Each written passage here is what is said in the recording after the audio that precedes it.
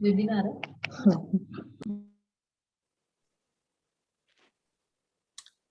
Hi, everyone. Those who are joining us, kind request, please, to actually mute your microphone once we start the webinar.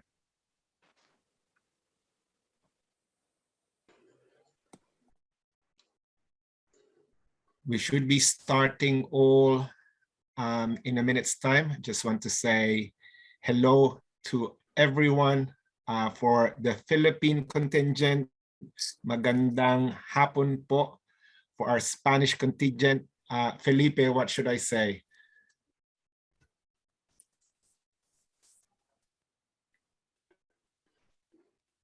Okay, thank you, host, for unmuting me.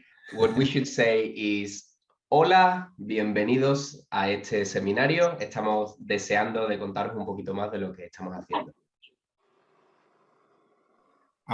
For our Greek colleagues, Tikanes, well, I know that means how are you, or good day to everyone.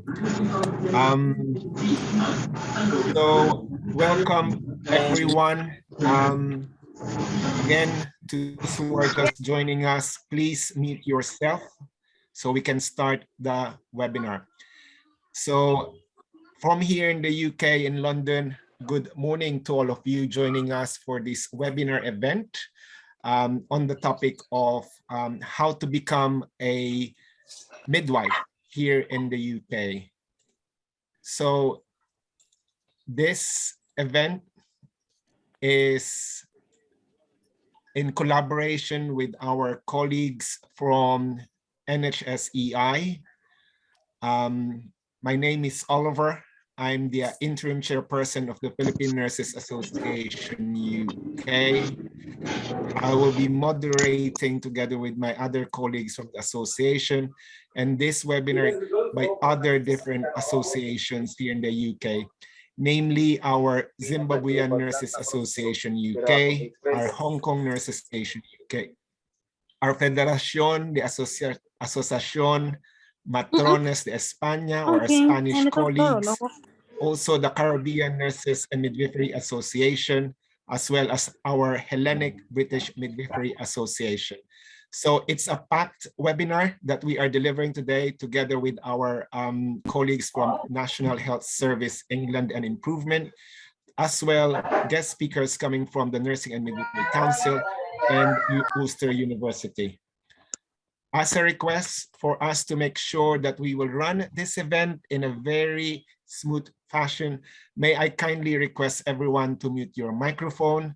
Please use the chat box to ask your questions, and we will actually filter this and ask the questions to our speakers later on. Kindly respect everyone's views during the process of this webinar and take this opportunity to network with your other colleagues, specifically the Association Diaspora Network who are present in this group. So, to start our webinar, may I introduce you to our National Midwifery International Recruitment Advisor from NHSEI, Mr. Felipe, to start the seminar. Thank you, Felipe. Thank you very much, Oliver, and good morning, good afternoon, good evening from wherever in the world you are joining us. You are very, very welcome to be here. You are in the right place. I'm really delighted to be able to speak to all of you, and I'm very grateful for all the colleagues who are here today on a Saturday showing their commitment for midwifery and their commitment to support you, and also to all the organizations that are making this webinar possible. So thank you to all of you for being here today. In the next few minutes, I would like to share with you my personal journey As Oliver said, my name is Felipe. I am a nurse and I am also a midwife. And my journey started from Spain, which is my country of origin. So I'm going to tell you a little bit about my journey. I'm going to tell you about what we're doing nationally to recruit midwives, internationally educated midwives. And I will let you know a little bit. Oh.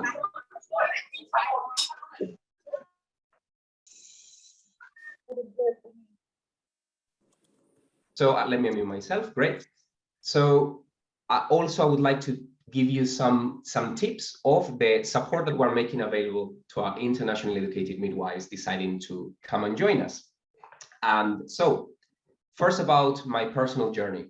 I'm an international recruit myself, and I became a nurse in Spain. And the NHS, like we are doing now, the NHS reached out, put an offer for many of us that were keen to come and join the National Health Service, and decided to start my adventure in 2003.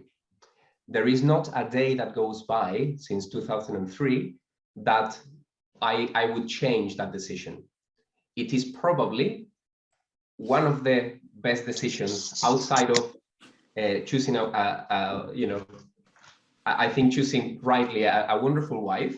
I think this has been one of the best decisions I have possibly made in my life.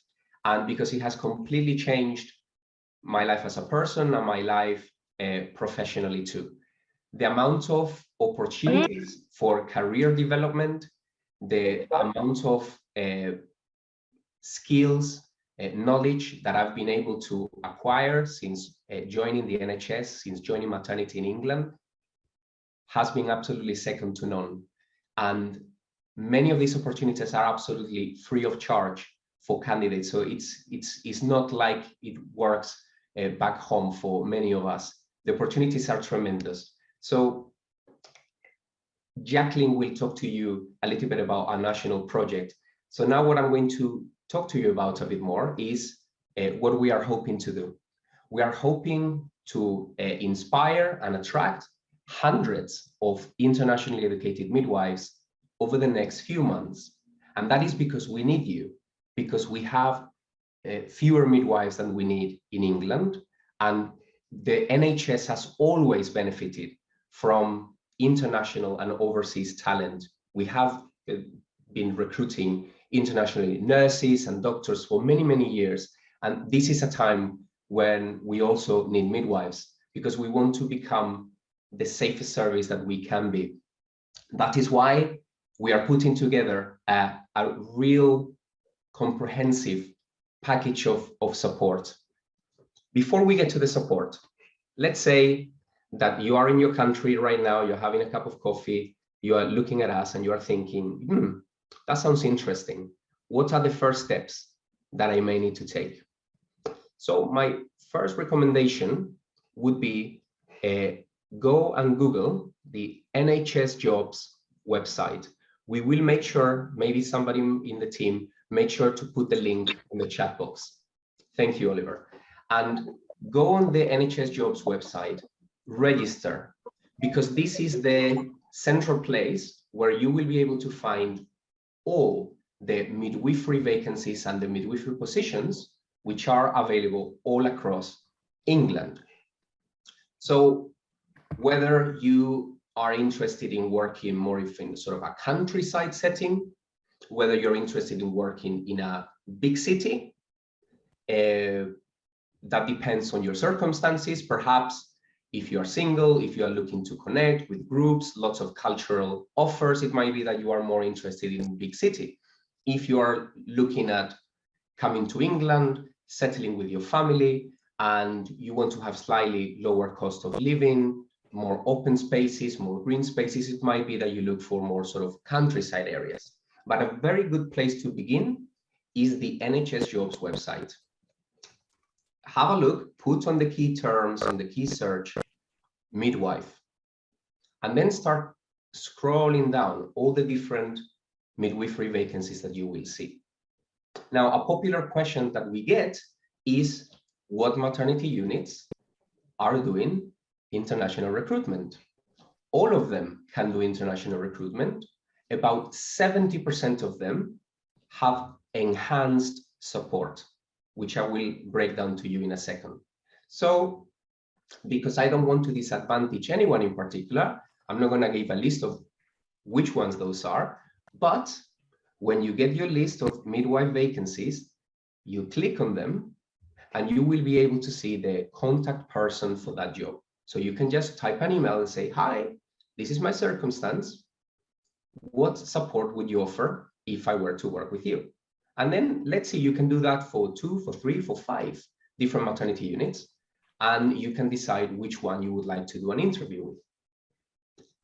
The next stage, once you've decided, will be to actually do an application. So you can do an application via this website. And they will give you, if you are successful, they will give you an interview date. These interviews, typically, you will do over Skype, over Zoom. So something similar to this sort of interface that we're using today. And as you would expect, it will be a midwifery focused interview. If you are successful, then the people that have interviewed you will let you know everything that you have to know. But for here and for now, the next stages for you, for most people, will be English language test. And as you know, and we will also make available on the chat box, and afterwards we'll email you these links. The English language test could be the IELTS, or it could be the OET. The IELTS or the OET. The OET, we find that it's a little bit more, slightly more expensive, but it has a shorter, a little bit of a higher pass rate. So it takes a shorter time to pass. And for that reason, some people go for this one. One of the popular questions too is, what about the costs? Am I gonna get a reimbursement for the costs of applying to join a maternity unit in England? And the answer is, the majority of the maternity units that you apply to join will reimburse over 95% of the cost of your journey. So this journey, there will be very few costs that you will have to cover yourselves. And I encourage, when you reach out to the people who are the contact for the jobs that you're applying for via the NHS Jobs website, I encourage you to ask them, what cost do you cover and what cost do I cover? And they will tell you exactly what you're responsible for, but it will be minimal. So that's part of the support. So after the interview, we've said English language test, and we've also mentioned, and the next stage is the computer-based test. The computer-based test, we have presentations today that are going to cover that one. So all I'm going to tell you now is that it's a test that you do online. It's called the CBT, computer-based test, and it will ask you for some numeracy questions, so some math questions. And the other part is some theory questions, because this is part of what we call the test of competence. My colleagues will tell you more about this. So in summary, first few steps for you to consider. You're interested because we have lots of opportunities, career development. Our Chief Midwifery Officer, Jacqueline Danclivet, will tell you more about why this is a great country to be a midwife. But the first steps you want to take, go to the NHS Jobs website, put the key search midwife, scroll down the different ones, see which one takes your fancy, click on it, look for the contact person and ask. You can write the same email and ask several people. What is your support package? What do you offer? What cost do you cover? What cost do I cover? And so on. So now for the last minute, I'm just going to focus on support available. Every candidate will have educational support. Every candidate will have pastoral support. Pastoral support means that we look after you holistically as a person. We pick you up from the airport when you arrive. We give you information throughout the process. We make sure that when you arrive, you have free accommodation for several weeks. We make sure that you have a doctor, a bank account, that you are connected to local groups that may come from your country of origin, that we are looking at you as holistically as a person, not just as a midwife. So in summary, you'll have support educationally and professionally, but also you will have lots of support to make sure that you integrate well in the country and that you integrate well in the NHS. So I'm going to stop there, and I'll, Oliver, I don't know if you've managed to pick one or two questions for me. Thank you very much. Yeah, thank you for that, Felipe, kind of like highlighting the different support that will be available to our midwife colleagues who will be applying. But before I ask you the questions, I just want to shout out, because like it seems like we're international, Felipe. So shout out to Ira from Greece, Camille from Chile. From Saudi Arabia, we got Milaniel, and from Brazil, we've got Juliana and Miracel. From Nigeria, we've got Fidelia and Ojekunle. From Bahrain, we've got Kate. Hong Kong, we've got Angel. From Italy, Alice, hello to you. And from Spain, we've got Maria Dolores. So we've got so many different colleagues from different parts of the world who are here. Now, there's one question who asked somewhat a personal question. Don't be afraid about this. This is a good question. So the question is, do you feel that the entry criteria is tougher now than when you applied? Do I feel, can you ask the question again? So do you feel that the entry criteria to become a midwife here in the UK is tougher compared to when you first applied into the country? Oh, I see. I think that there are differences. We live in a different world, and the relationship between England and our neighbors has changed, as you all know. So there are a few things around which were not around when I came in 2003. By the way, tomorrow is my 18th anniversary in this country. So it must not be treating me too badly for me to have decided to stay here for 18 years. But going back to your question, English language test didn't exist back then, but I think it's a good introduction because we need to make sure our colleagues can communicate with the team and service users.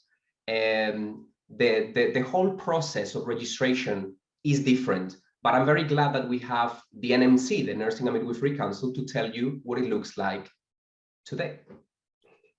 I think this, Julia, thank you for your question, but like this might be able to be answered by our colleague from the Nursing and Midwifery Council later on. I'll post that question later on, but the other, I think this is a practical question.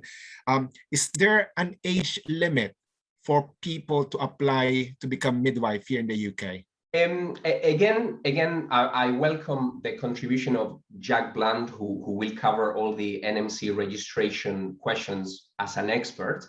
But I think that would be part of the health declaration. So I think if you're a healthy person, usually that should be okay.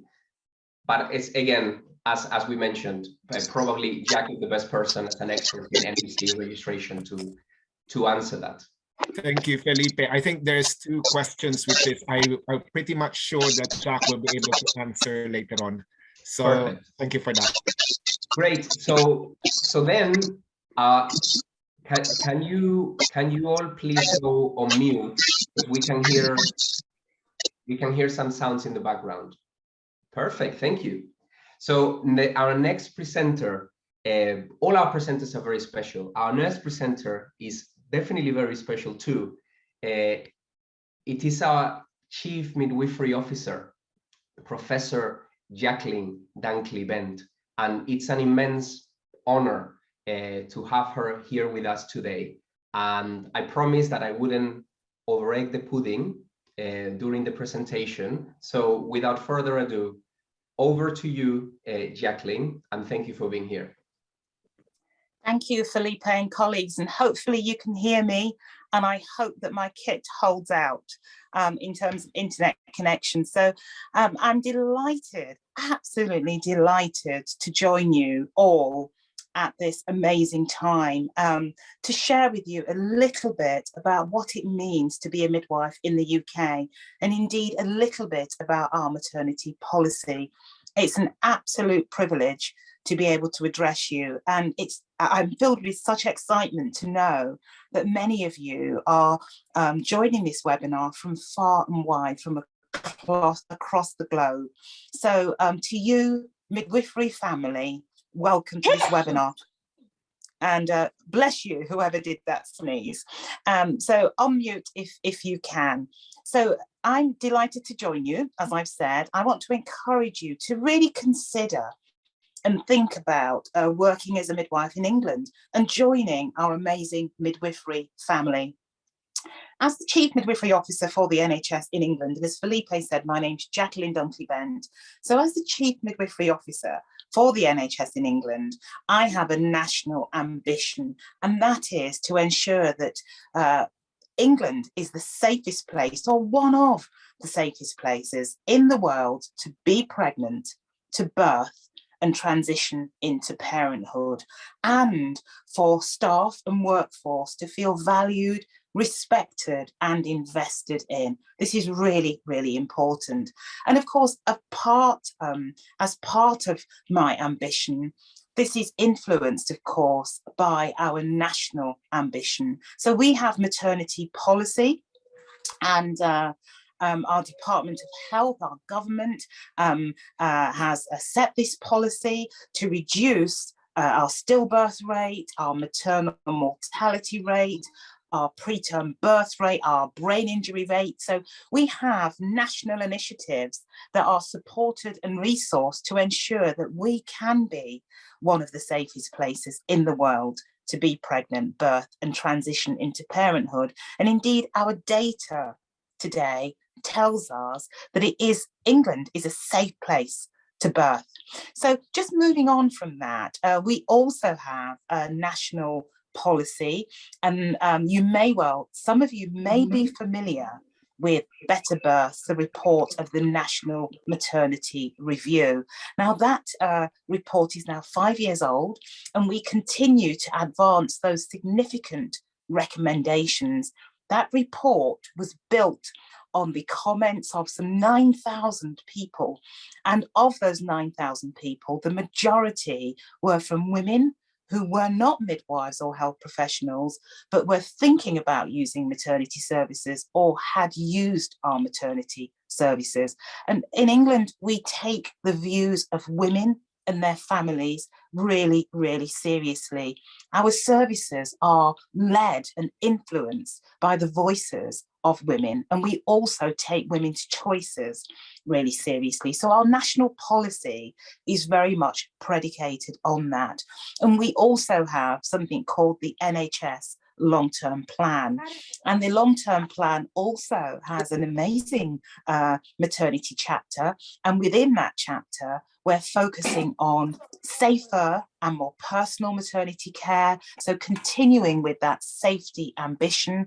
We also have in the NHS long-term plan information about initiatives that will support women to breastfeed and do so successfully. We have a mental health initiatives to ensure that every woman...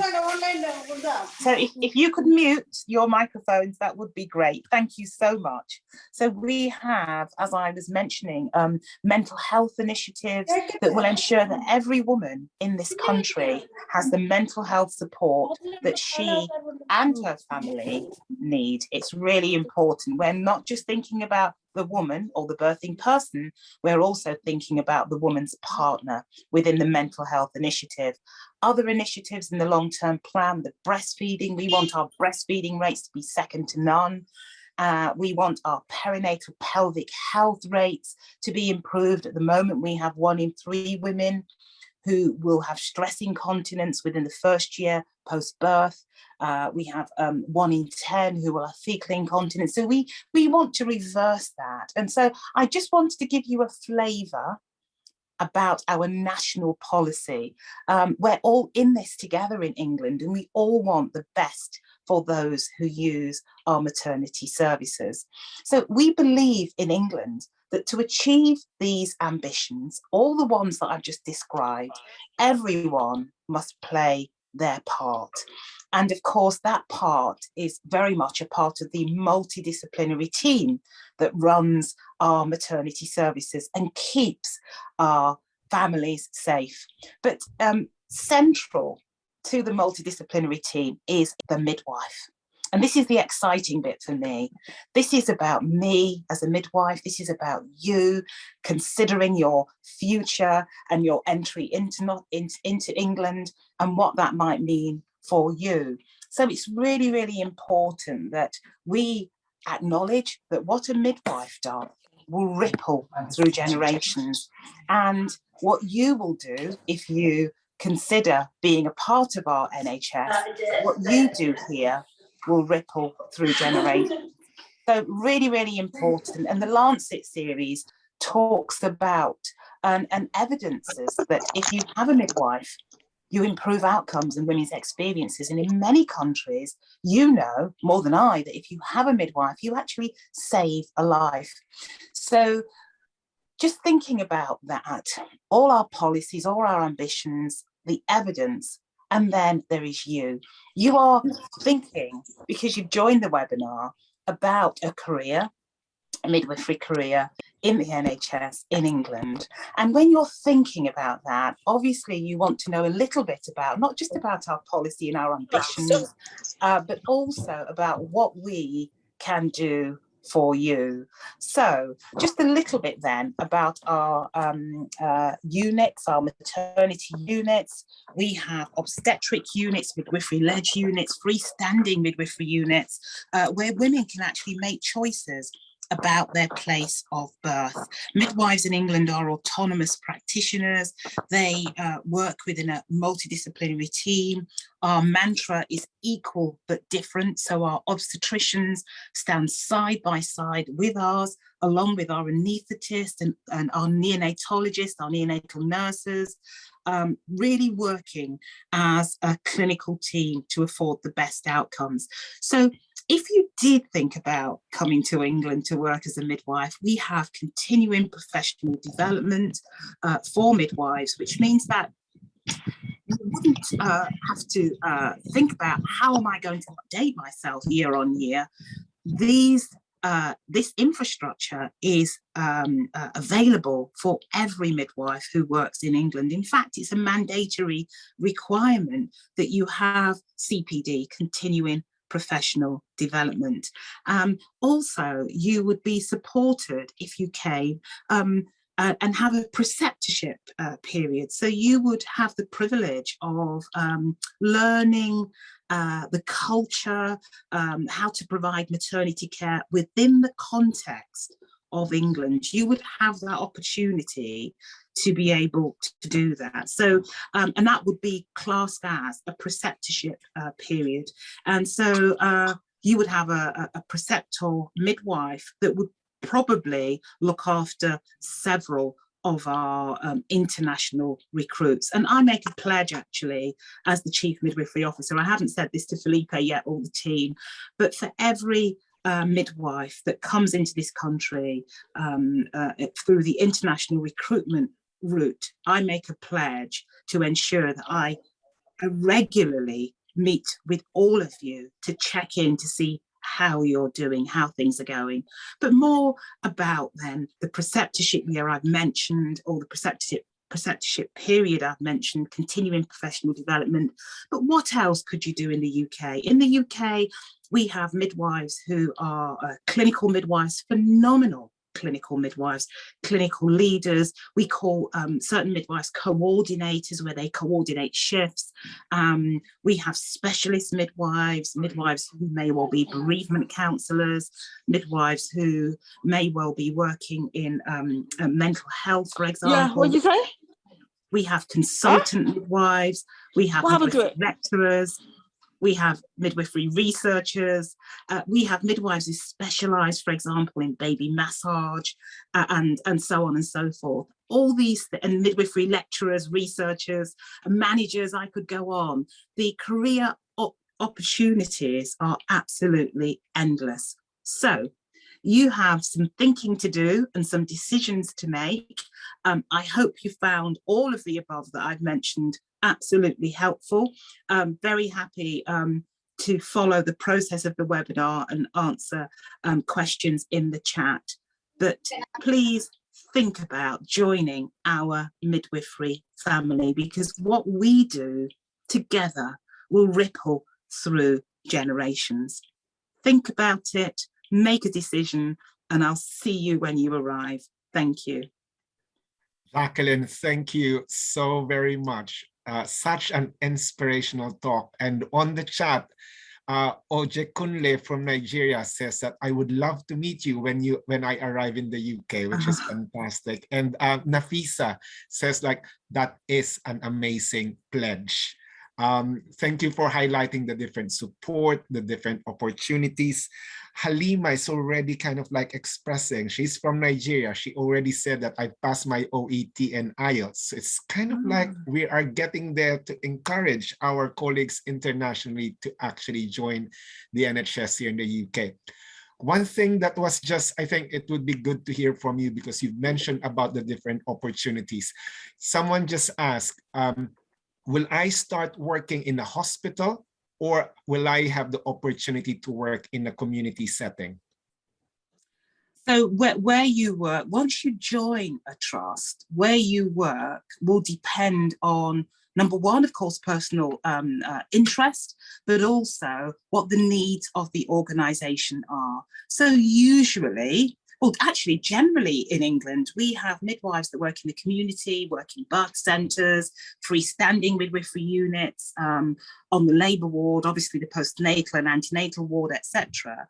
But you can share your personal preference, and then hopefully where there is a vacancy for you to work in the community or in an area that you would like, then of course you'll be able to avail of that opportunity.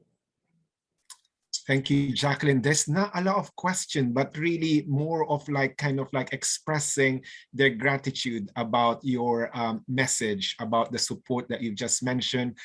Lilia from the Philippines says that like, thank you for such inspirational talk and the informative message that you have shared. So there are a few kind of like expression of like what the opportunity is, and like they're so inspired of what you just said. So thank you, Jacqueline, for that. If you can stay with us, I think there might be a few questions later on.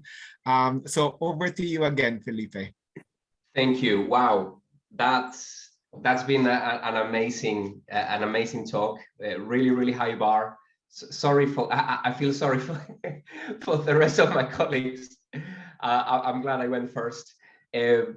But jokes aside, thank you, Jacqueline. That was incredibly informative and really inspirational. And I think part of what we wanted to do today was to inspire and to attract, to put an offer that is appealing to all of you, our lovely audience. And without further ado, I'm going to go to our next brilliant speaker, and Jack Bland, Head of Testing Services at the Nursing and Midwifery Council, NMC. Over to you. Thank you, Felipe, and thank you so much for inviting me to talk at today's session. And absolutely, Felipe, Jacqueline's made me want to change career and be a midwife, and so have you, so thank you. So I also actually wanted to start by saying thank you to all of you too for actually considering working for the NHS and registering at the Nursing Midwifery Council. So thank you from me for joining my presentation. I'm going to take you through the key areas of the process, what our requirements look like, and some of the key timeframes that you need to be aware of, and also lots of top tips. So if there's anything you take down in terms of writing, you might want to take down some of my top tips, but most of what I cover today will be fully accessible on our website, so don't worry too much about that. There is lots of support. So as Felipe has said, and you'll hear from our guest speakers in Ulster, there will be lots of things that you can read on our website. So one thing I would say is do take the time to read the guidance that's on our website. There's lots of it. Today, before I joined, I familiarised myself with lots of what's there. So please do take the time to look on our website, because it's incredibly useful. we've spent a huge amount of time at the Nurse and Midwifery Council streamlining our processes, placing you as our candidates at the heart of our processes. And I'm really pleased to say we had some questions earlier as to whether it's easier to register in the UK today compared to previously, and I would say it absolutely is. So you're looking at joining at a really good time, because we've really sped things up in terms of our process and made it a lot more straightforward for you to apply to us. Like I say, loads of stuff on our website. We'll share with you lots of links. Do have a look at all of that. One top tip I was going to share as I start, before I kick on off and look at the slides, is the pre-application checklist tool. And you'll see that on our website, and it takes you through step by step the registration process and explains in detail the types of things that we're going to require from you, the types of evidence that we need from you. So please do take the time to look at the pre-application checklist, because that's incredibly, incredibly helpful. If I can take the first slide, please. And please don't forget to place yourself on mute. That would be lovely. If you could just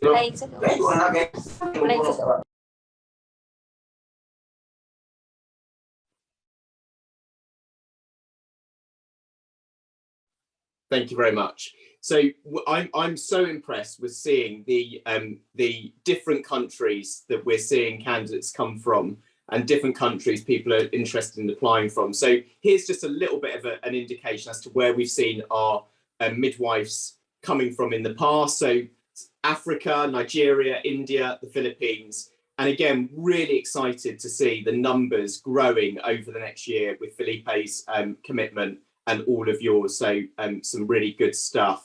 If I can have the next slide, please. This is just an area of the website that I would encourage you to look at. It really details kind of what to expect. And again, Jacqueline did a great job kind of outlining some of this, but what to expect when you arrive in the UK and register as a midwife. So again, have a look at that link. It contains some really good information for you. If I can have the next slide, please. I can take the next one. That's the website that I was talking about. So there's the link. Do have a look at that. It's incredibly helpful, really detailing the role of the midwife in the UK. So in terms of the process, the first stage is the eligibility and qualification stage. That's your first stage of the application process. It takes us about 14 days, not very long, just to confirm that you're eligible to apply. And eligibility for you is that you hold a qualification that would lead to registration as a midwife in the country that you trained. So you tick a big box if you've got if you meet that requirement. You pay us £140, and once you've done that, we will then confirm that you can go ahead and complete the test of competence. As Felipe said in his session, it's a two-stage test. You do the CBT, the computer-based test first. You don't need to do it first, but often people do. And then you move on and do your OSCE. And again, we've got some fantastic presentations later around what the OSCE looks like. Once you've done those two tests, you then start gathering all of your evidence. Lots of candidates will be gathering their evidence as they move through the process. And often candidates will do it before. They'll be well prepared. And top tip 2 is that you do take the time to prepare yourselves. And the more preparation you do up front, the faster it will be for you. So do prepare.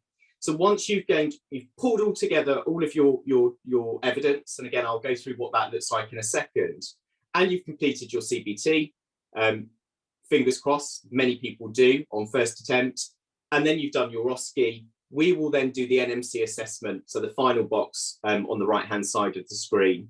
And that takes us, on average, 30 days to complete, but actually I'm pleased to say the team are doing it much faster, and on average about 15 days. You've then passed all of that, and then you gain registration with the NMC, which is an amazing, amazing achievement. If I could take the next slide, please. So I've already covered off what the eligibility looks like. Do check all of the information that's on that slide is on our website. And again, I really encourage you, if you meet that requirement, do click that button and register with us, because it's a fantastic opportunity. If I can take the next slide, please. So again, this is a simple table. The application checklist tool that I mentioned earlier will take you through step by step all of these areas. But this is the key breakdown of the evidence that we're going to ask from you when you apply for registration. The first one is really straightforward. It's your passport, so evidence of your identity. And top tip 3 is if that you've changed your name, that you do also submit your evidence of change of name, but relatively straightforward. You then move forward and you submit the evidence of your qualification.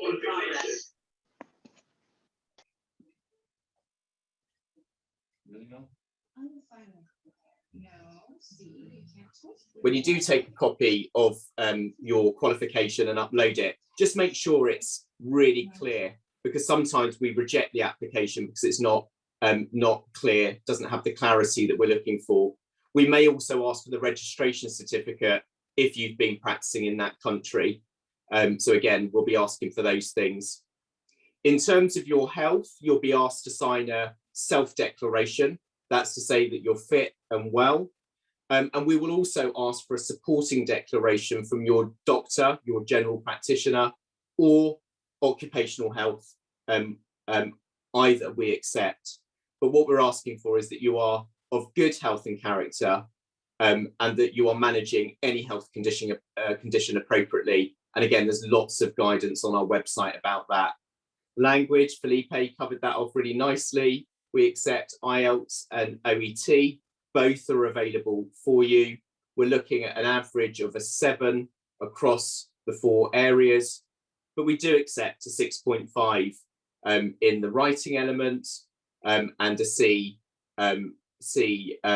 in the C+, I should say, in the OET, but overall a level 7 or a B. And again, many people are passing the English language, so don't be afraid, give it a go.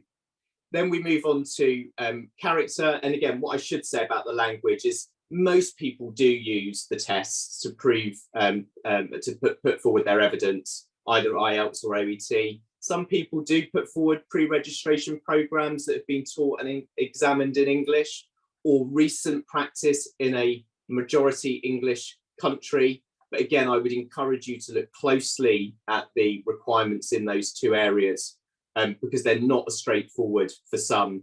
So do take the time to look at those.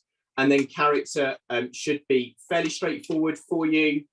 You're asked again to do a self-declaration, say that you are of good character. We do ask for a supporting declaration, like a reference from either your regulator if you're registered, or if you've been previously registered, we'll ask them.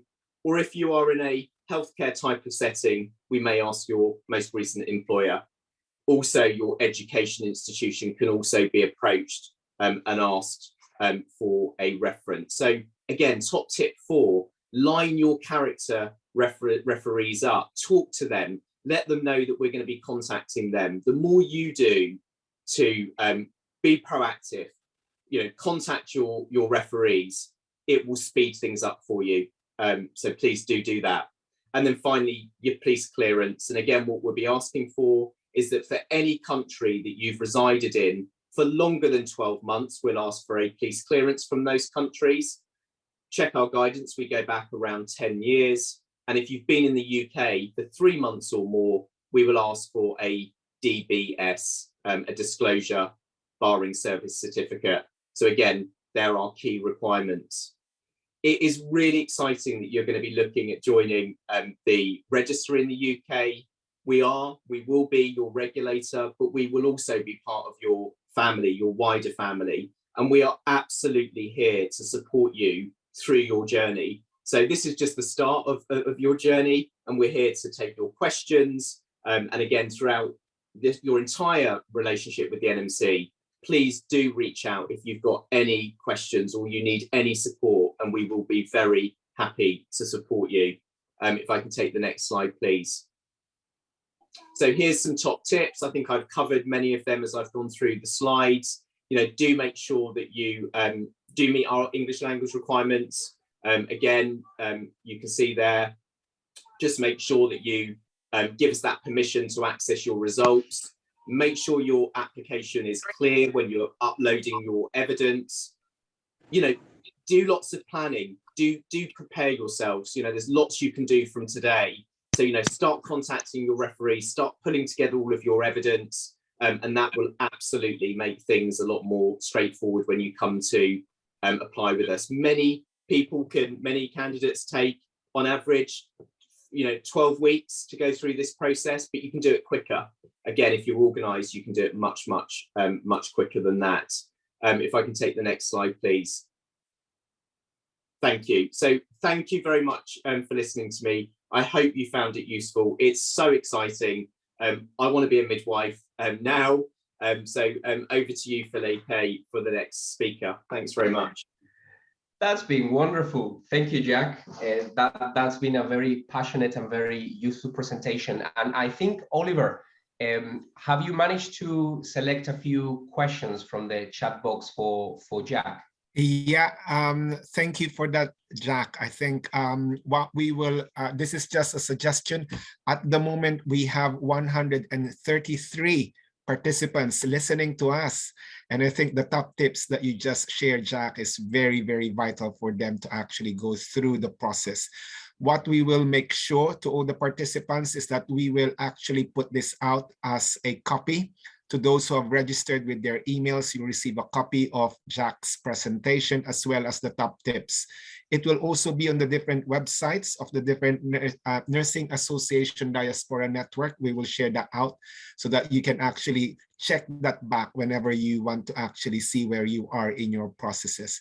Now, this is a very specific question, Jack, to Filipino colleagues who are currently in the Philippines.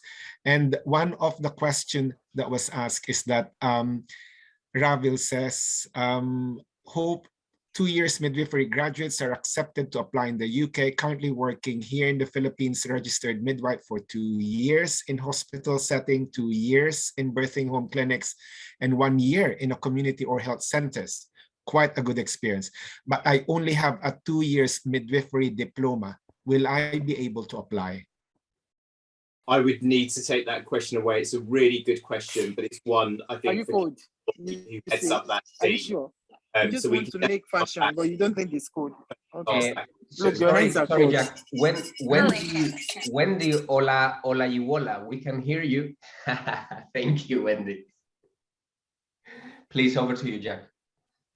So we can absolutely answer that question. I can't do that today, so I'll need to link in with my colleague, Kate Malloy, and we'll pass it back to Oliver and share it after today. But thank you for the question.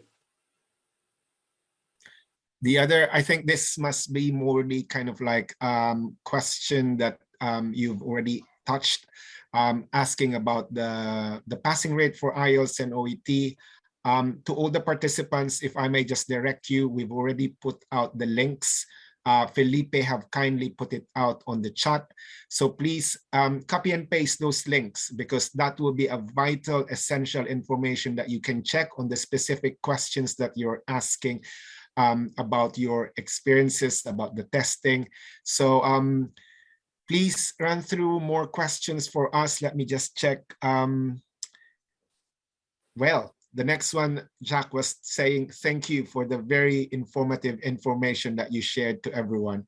So I stop from there because we'll try and get some questions later on. And over to you, Felipe. Thank you very much, Oliver. And thank you guys who are really keeping to time. This is great.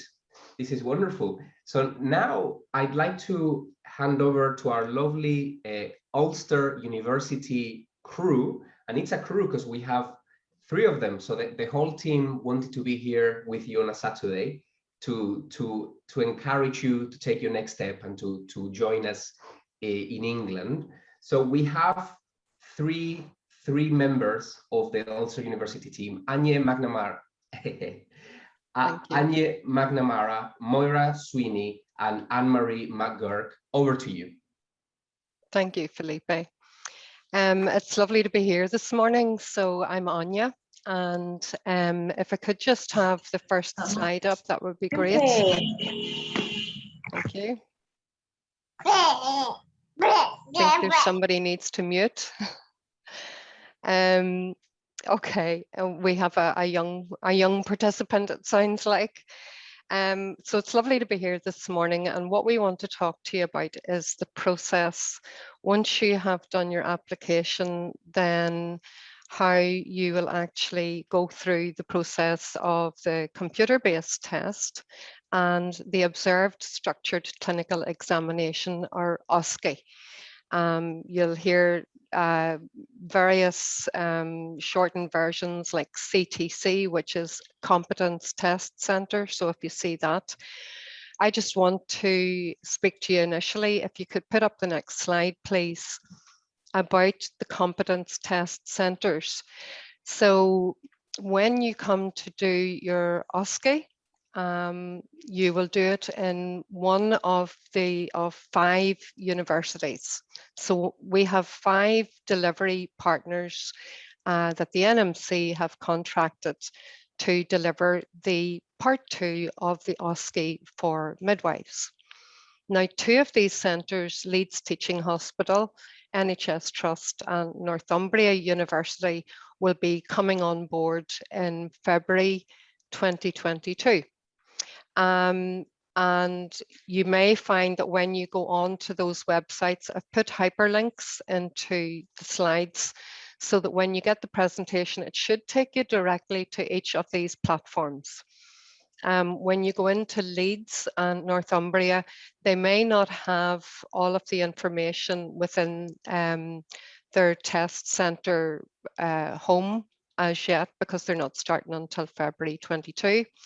But Oxford Brookes, Ulster University and University of Northampton, we've all been doing this for a number of years. And if you click into those links, you will see all the preparation materials that I'm going to talk to you about this morning. So part 2 of the test of competence, this is a practical exam known as the OSCE. And in this part, midwives will be tested on their clinical and communication skills. So the new test, as you will hear it spoken of, or TOC 21, has 10 stations. 4 stations will be linked around a scenario. And you'll see this later on in the mock OSCE. So 1 station is for assessment, 1 for planning, 1 for implementation, and 1 for evaluation. And this follows a patient journey. 4 additional stations will test skills, and there are 2 sets of paired skills. And 2 new stations will assess the candidate's values and behaviours and evidence-based practice. So that's your 10 stations, and Maura's going to look at that a little bit later in more detail. Just so that you know what to expect, we use mannequins throughout the exam. So there will be no actors with the midwifery test. And the content of each part of the test will be a combination of proficiency, skills and procedures which have been selected from the standards for nurses and midwives. So it's very important that you look, for example, at Future Nurse, Future Midwife, and we have links to important documents on the next slide. There's a blueprint as well, which decides which part of the test the proficiencies are being tested. And we'll get to that on the next slide as well. It's based on multiple factors, including assurance to ensure the safety of women and newborn infants. That's a key part.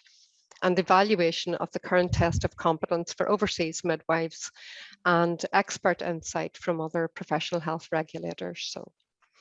Now, the rationale for the use of OSCEs as a part of the test process is really focusing on a holistic and realistic focus on assessment of performance rather than specific elements. So the test wants to replicate or simulate real life situations. So that's what we would want to see you bringing to your test.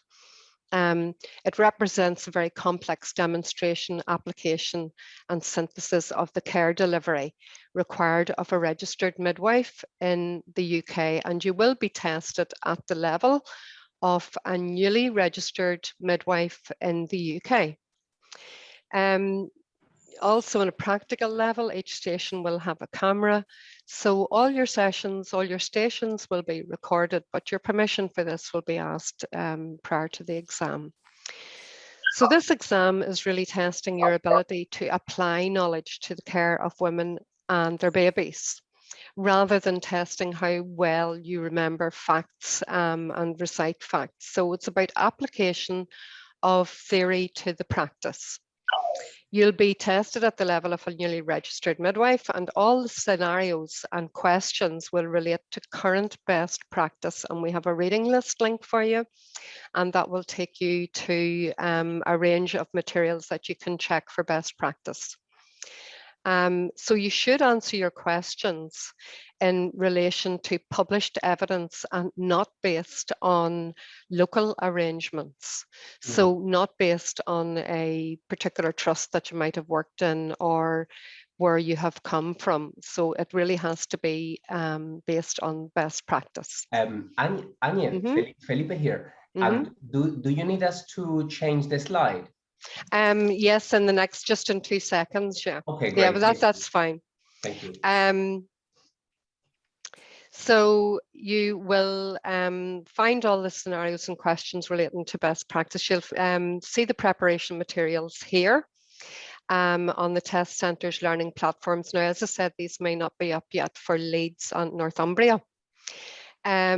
So on this slide here, you can see these are some of the key documents that you really need to focus on. And we've tried to pull them down into, when you go into the website, you can sometimes get overwhelmed with the amount of information.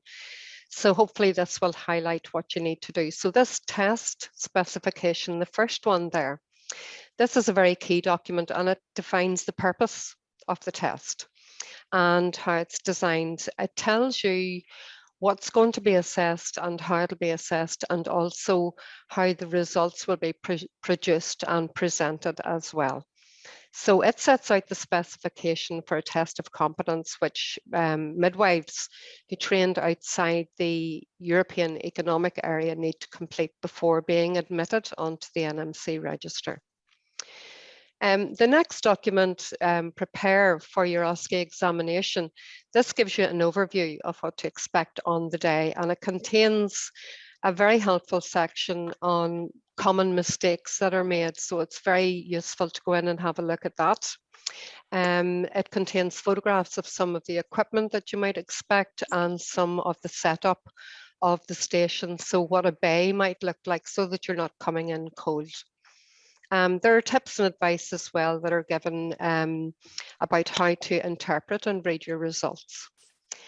The third booklet there, the OSCE information booklet, gives some detail about what to expect in the UK, for example, how to prepare for your OSCE, and general information about how you should present yourself actually on the day. And there's information about appeals processes and if you have any mitigating circumstances as well. Now, the mock OSCE is a very useful document. I would strongly recommend that you go in and have a look at this, because this will show you what an OSCE actually looks like. And you'll also be able to see some of the documentation that's used, for example, medication administration record, and it provides a really good scaffold for learning. So you can see how the marking criteria could be applied in your test, which brings us on to the marking criteria. Now, this sets out all of the tests that you might be examined on and all of the elements within each station. And you need to be able to apply each of these elements within your test. So it's very, very well worth revising that document. The reading lists, as I mentioned before, it's really important that you read the materials on the list as this sets out the best evidence-based practice, and you will be expected to be familiar with this. So there's a wide range of resources available, and links which are kept up to date then by the NMC and Alpha Plus as well. So all the stations that you are going to be taking are mapped against the NMC standards of proficiency for midwives. And they're all outlined in the Midwifery blueprint. And if we can just go to the next slide. The same key themes that run through the 6 domains of midwifery are also threaded through the test of competence. So on this slide, really, what I've just done is to provide hyperlinks to each of those documents that I've just spoken about. So they should take you directly to the document so that you don't have to go looking for them. And the last one that I've mentioned there, the code, is very important because this underpins everything that you're going to be doing in your test. And if you look at the mock OSCE, it refers to that at the beginning of the mock OSCE. So if we could just have the next slide, please. Some additional support then that's available to you. There are NMC webinars, and I've put that in as a hyperlink as well. And the webinars look at, oh, sorry, if you could just mute, that'd be great. Thank you. So the webinars go through, you can download the slides and you can watch them as many times as you need to, and you go in through that link. So there's an introduction to the test of competence 21. There's also an introduction to the new computer-based test, or CBT. There's a CBT for OSCE midwives, an overview of the support materials, and an overview of the transitional arrangements and CBT booking process. So those are all there in the webinars. The NMC has a website which links to the partners, so it links to the universities also, and that's another handy way to get into information from us. The learning platforms, so each university has its own learning platform, but if you use those links that I put up on the first slide, that should take you to each of those. There's also something called Train the Trainer, so that if you are aligned with a group and you are receiving training before or when you come to the UK, we provide training to help trainers prepare you for your OSCE. And we have CBT practice forms. So if we could just go to the next slide, I think. So on this, I have just mentioned, this is administered when you go into the website, you'll see it's outside of NMC and the delivery partners. It's administered by a company called Pearson VUE. And the CBT is mapped to the 6 domains of the Future Midwife Standards. And just to say, you can take the OSCE and CBT in any order. So the links that I've put in there should take you directly to the CBT practice test part A that was mentioned earlier, and that tests the numeracy. And the second part B tests clinical or the theoretical approaches to midwifery. We have these practice tests are to help you check your understanding and readiness for the CBT and to learn more about the question format, the style and the level of difficulty. The questions are specially written for the practice tests, and the content is mapped to the 6 domains of Future Midwife Standards. The practice tests for numeracy are the same as the live exams, in that there are 15 questions of applied numeracy set in a midwifery context. And you can go into that, and you can go into the theoretical one then as well, part B, which lasts 2.5 hours. And there are 100 questions in that. and you just click on through the process, and it's actually very, very intuitive. I've tried it myself. So I would really recommend going on to those practice tests before you attempt to do your CBT as well. So that's all from me, Felipe. I would like to hand over to Maura. Wonderful. That's been so useful. And thank you for creating the hyperlinks, because then all our colleagues, when they receive the presentation, can follow all the resources. Super informative. Thank you so much. Thanks. Over to you, Maura. Hello, everyone. And it's lovely to be here presenting today. And I just wish I was 40 years younger and I would be starting all over again. And so the next slide, please. And just to illustrate the design of the OSCE for midwifery, as you can see, there are 10 stations in total, which consists of 4 API stations. Now, API is assessment, planning, implementation, and evaluation. And API will always follow this sequence of A, assessment, P for planning, I for implementation, and E for evaluation. And it will be based on a scenario. So each API is built around accessible actions that are linked to statements from the standards. The API will be based and tested around a typical scenario that a midwife will encounter, and this applies also to the clinical skills. So as you can see, the marks are variable by the station according to the task-specific criteria. And the OSCE takes approximately 2 hours, 45 minutes, sometimes slightly over. This is for the new test of competence. And if we go on to the new slide, the next slide, please, we'll look at the timings. Thank you. So as I said, the total time is approximately 2 hours and 45 minutes. And this slide illustrates the specific timings for each station for midwifery. You as the candidate will remain in the same testing bay. So we are here in Ulster in the beautiful city of Derry in the north of Ireland, which is part of the UK. And we have a purpose-built unit here, the Competence Test Centre here at Magee. So it's divided into bays, and you as a candidate will remain in the same testing bay for all of the 10 stations of the OSCE, and you will have the same examiner. In between the station, you are asked to sit outside the bay, and the examiner resets the station.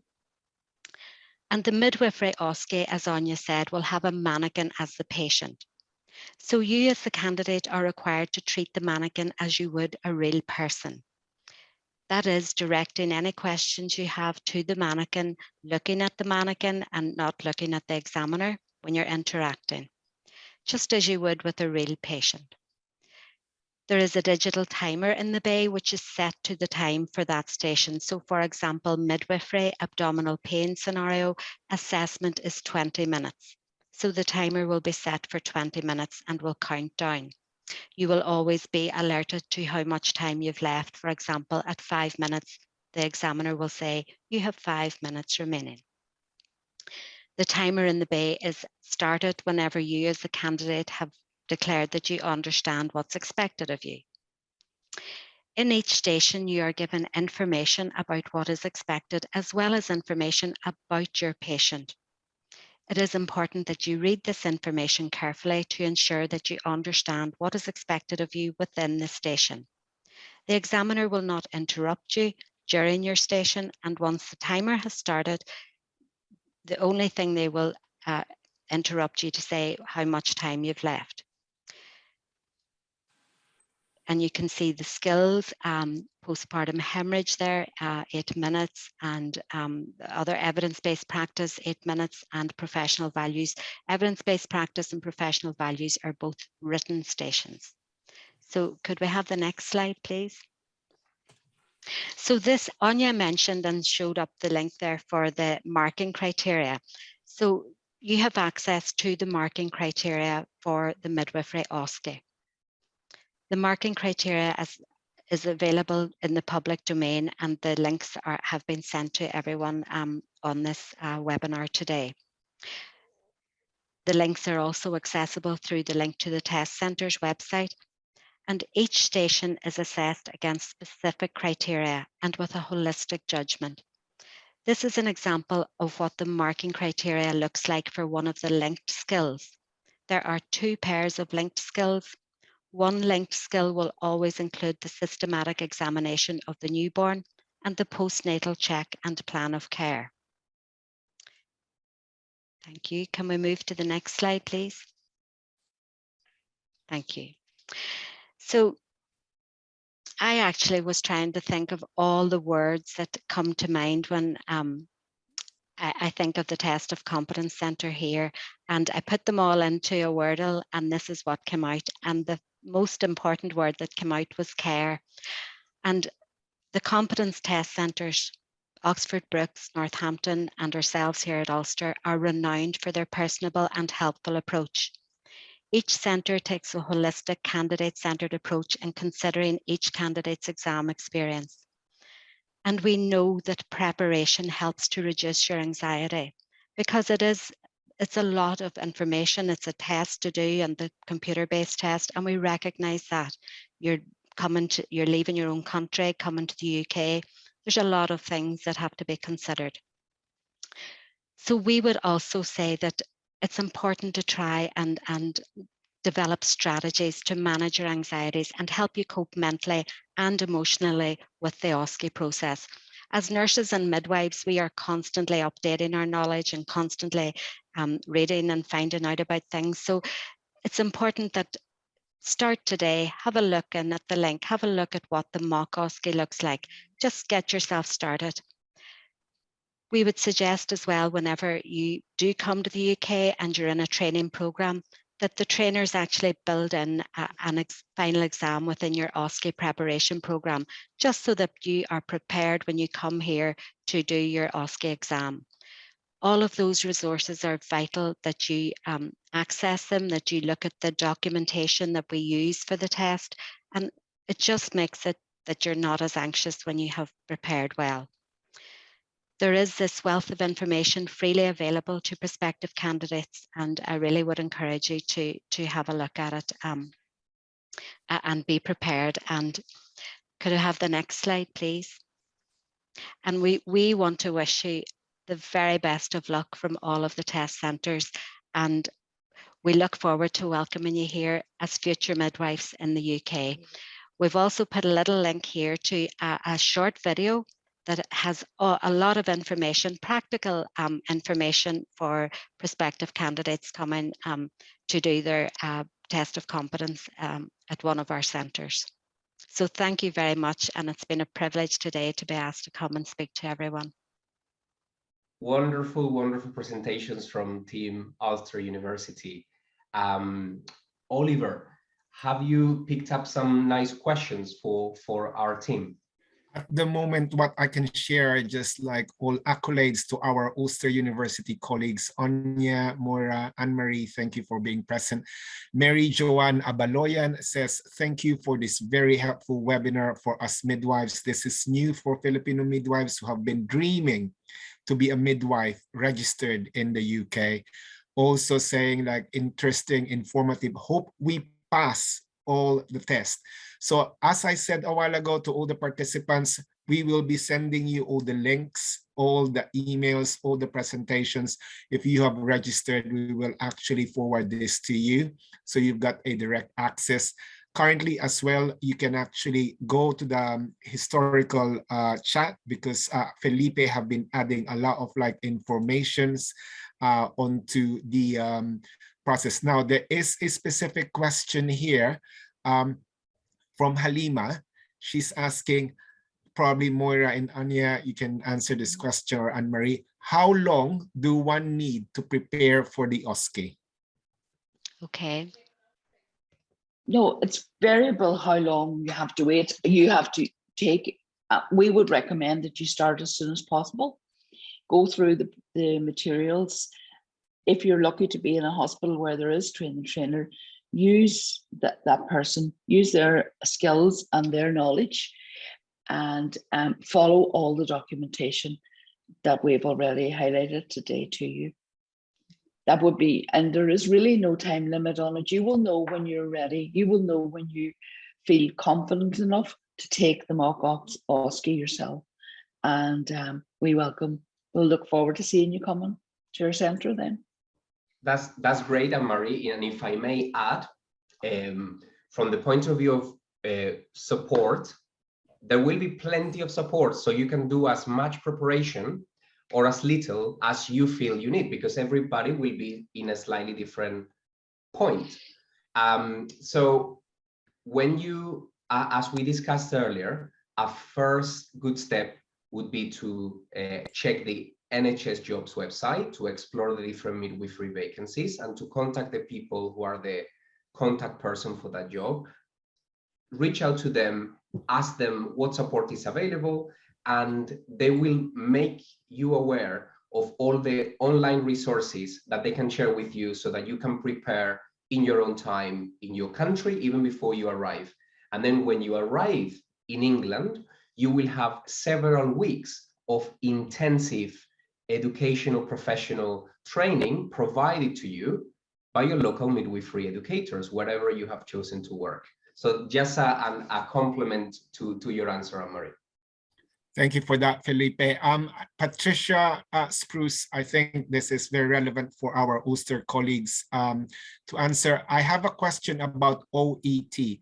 Do midwives need to sit the nurse OET? Okay, we would probably need to check with Jack about that one, Oliver. So I would possibly maybe ask if Jack could check that out for us. I think possibly the answer is yes, but just to be sure. I was just going to come in and say yes. Thank you very much. Thanks, Maura. It's a big yes. So to Patricia, to Mary Joanne, I think that's kind of like helpful to know that like you are to sit the nurse OET. So the other question that was actually asked, I think, Jack, this might be relevant to you as well. This is from Somaya Nandakurmar. She's asking, being a registered adult nurse in NMC, we heard about doing a short course of midwifery to initiate a midwifery career in the UK. It would be great if you can detail on this for a better understanding. In that case, is the registration process is same after the short course, including CBT and OSCE? I think there are a few questions almost the same, kind of like working here in the UK as a general nurse, but would like to transition of becoming a midwife in the UK. I've actually not heard of that course, so I don't know if Felipe knows anything more about it. But again, I can take that away. I've not heard of any other course being offered. I didn't hear, the audio went a bit funny. I didn't hear the question. Could you repeat again? No problem, Felipe. So there are a few colleagues who are currently working here in the UK as general nurses or healthcare assistant who have mentioned that there are short courses of midwifery to initiate a midwifery career in the UK. I see. So they're asking whether there's any details of this to have better understanding on how they can go about it. Okay, so just to make sure that I understood it correctly. So they would be working in the UK as healthcare support workers. And now the question is there any shortened course to become a midwife? Not to my knowledge. I don't think that exists. There are different options, however. So there are shortened courses for nurses. They are very popular. They've been around for many years. There is not a specific shortened course for healthcare support workers. I can say that with a fair degree of certainty. And there are pilots at the moment. So there is one university which is situated in London. It's Greenwich University that is conducting a pilot of a midwifery apprenticeship. And this is so that 4 days a week, you'd be working as a maternity support worker, and 1 day a week, you would be at university. And over a period, and you will receive payment, and over a period of 4 years, you would have a BSc in midwifery. But that's not a shortened course, that is a full BSc. So the answer is no, there is not a shortened course, but there are different routes into midwifery. Thank you for that, Felipe. Shala Bakhtiari have been asking the question in behalf of the Iranian midwives. Please answer this question. They cannot do CBT in Iran. What is the suggestion that we can actually give our colleagues working in Iran? Thank you, Shala. And I'm sorry that it's taking us 3 times for us to acknowledge your question. There are lots. There is lots going on the chat box, which is great. So first, to tell you that I am aware that this is a problem at the moment. I'm aware that this has been a challenge. I have been discussing this with recruitment agencies, which highlighted it to us. And I have already escalated this difficulty, which is related to some international sanctions to Iran. So it's a complex issue. So at the moment we're taking advice, we are escalating it to the right people, and we're going to be taking steps to make the situation better. So that is what I can share now. I want to reassure you that we are aware of it and that I am sorry that you're experiencing it, but that we are taking the necessary steps to try and bring this situation to a good solution.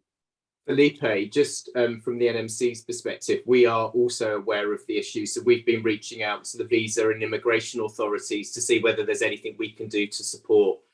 So yeah, we're aware of it too.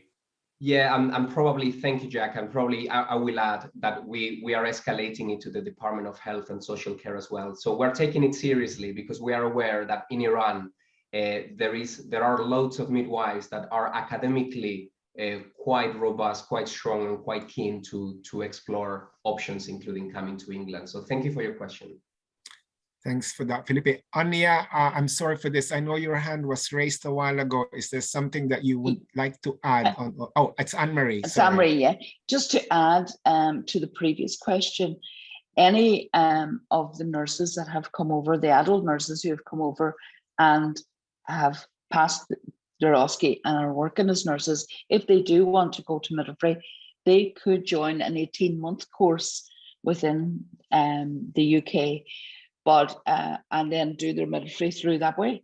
There's also, if they were healthcare assistants and they are living here, they can also apply and do a direct entry midwife course. It's a 3-year course, again, and they don't have to do their adult nursing. They can go directly and do their midwifery. So that is another option, but it's, you know, it's not a test, it's an actual course. But that would be the 2 routes that we would have within the UK to do midwifery training.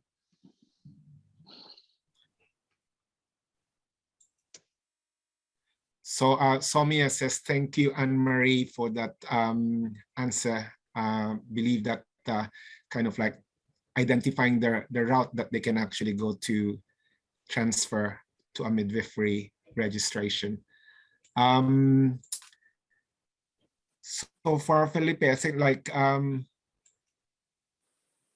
just wondering, I think, if there's any other question before we kind of like wrap it up. I know there are specific questions on everyone's experience. Alice Vernuccio, you're asking another question. If I don't have the IELTS OET certification yet, can I work in the UK as a healthcare assistant in maternity unit and in the meanwhile prepare for the language certification? Is that something that you can answer, Felipe? I think because it's to do with NMC registration and we have the benefit of having Jack. Please go ahead, Jack, if you don't mind. Can you repeat the question just because it broke up? Sorry for that. Alice asked the question, if I don't have the IELTS OET certification yet, can I work in the UK as a healthcare assistant in maternity unit and in the meanwhile prepare for the language certification? It's a really good question. I want to say that you need your English language, but I would need to double check. But my understanding is you would need your English language to be a healthcare assistant. But if we've probably got 5 minutes left of this webinar, so let me check and I'll come back. Can I come in and answer that for you? It's Trish from Yeovil Hospital. Can you Hi, hear me Patricia. okay? Yes, please do so. It's Thank great to you. have you. Thank you. Okay, so to sponsor to come to the UK as a midwife, you need to have your English test and your CBT test in place. If you're already in the UK, yes, you can work as a support worker, but Trust can't sponsor people as support workers coming from overseas to the UK, just because there's a visa restriction in that category. That's the only reason. So you must get those 2 steps in place before we can support you into the UK. And I apologise about my hair. I wasn't meaning to come onto camera today. Well, you. thank you, Patricia, for joining us. Thank you Thank for you. kind of like giving us additional information to support our participants, our soon to arrive midwives here in the UK. Thank you for that. Thanks, Trish. Yeah, definitely great to have you there in the background. And I think, Oliver, because this was part of the kind of Q&A for the Ulster team presentation, maybe we can make it explicit that now we can open up to questions for any of our speakers. So I'm not sure, Jacqueline, are you still around? Yes, Felipe, I'm still here. Perfect. Okay, so all our speakers are here. Dear audience, dear colleagues, dear midwives and future midwives. So you can ask any questions, you can pop it on the chat box, and we'll be very, very happy to do our best to answer it. And if we cannot answer it straight away, we'll get back to you shortly via email with the answer. So feel free, you can ask anyone any question related to midwifery in the UK. It may be that we've bored them already. They don't have more questions. Let's see. Bye.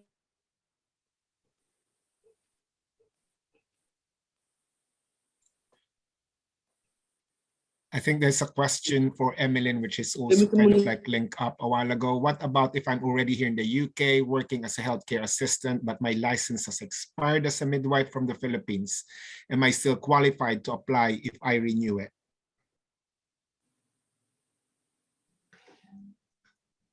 Who is that question for? Probably it's almost linked to a while ago, kind of like the question, the answer that you have given, Felipe. Yeah, I think I will give a go to answering this one, and of course, Jack, if you feel you want to come in. The key question that the NMC colleagues are asking is, are you a registered midwife with your national regulation? Rowena, there you go. Thank you for going on mute. So I'll repeat again. The key question as part of the eligibility assessment is, are you a registered midwife in the country where you trained?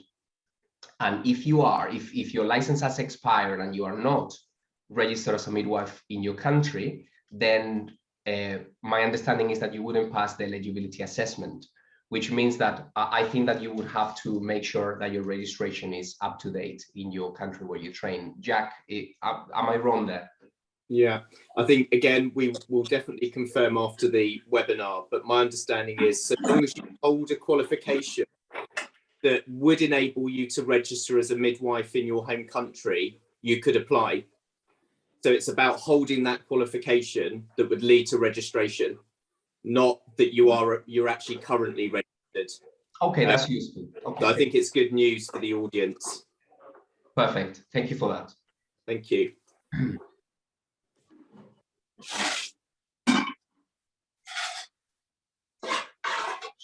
Any more questions, Oliver, coming through the... I think it's all the same, kind of like saying that they've got the diploma. Will you accept? I think Jack and Felipe have already answered that question to say yes, as you are registered, then you can actually apply. There's a specific question probably that we can actually send to our Ulster colleagues, Anne-Marie, Anye, or Moira. Mary Joanne says, or ask the question about OSCE. Does the newborn assessment or postnatal assessment always appear in skill assessment? Sorry, could you just repeat the question because there's a bit of interference? No problem. One question here is about Oski asking, does the newborn assessment or postnatal assessment always appear in skills assessment? Yes, it will be part. It may be one of your skills. You know, there's several different skills, but that may be one of them. Yes. That's great to know. But like as I mentioned a while ago, all the presentations shared to us by our speakers, also from our USER colleagues, we will send this to you as a link, so you will be able to actually look onto it as well, and to the different links that you can get more information of what to expect on the OSCE examination that you will take once you have identified to progress to work here in the UK as a midwife.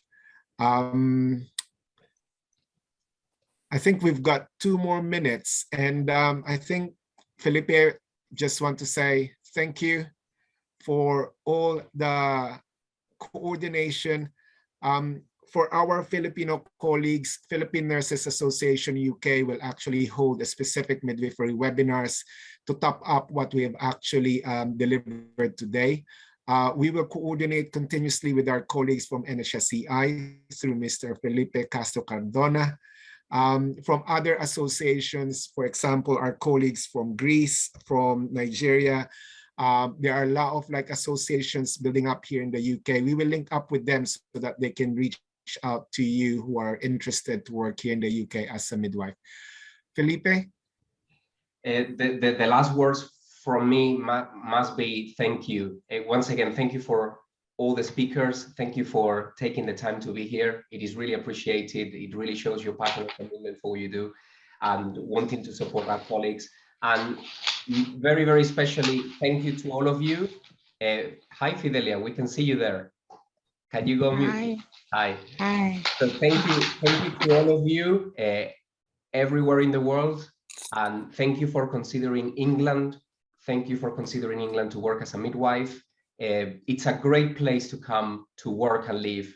Joining the NHS family is very special. It's a family which is bigger than most, over 1 million of us.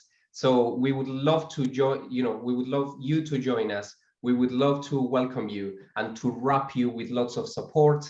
And the career opportunities, the life opportunities are absolutely second to none. And I have not spoken with one midwife that has made that transition and settled here that is not grateful for having that courage and taking that leap. So the vast majority of people really find something that keeps them here for a while. It might be that after some time you decide to go home, and that would be also very beneficial because it expands your horizon. So I could tell you much more, but we'd love for you to join us.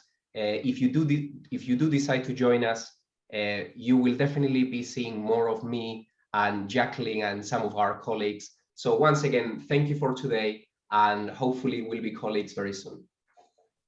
So for the last effort, our request is if you can just put your camera on, we will take a video picture of all the people who have actually joined us. And if you're putting your camera on, that would mean that you're happy for us to post this picture in our social media so that we can encourage more midwives, not only here in the UK, as well as international, to join us to work here in the UK. So again, our multimedia colleague, Mike, who's on the background sorting it out, should be telling us when to smile.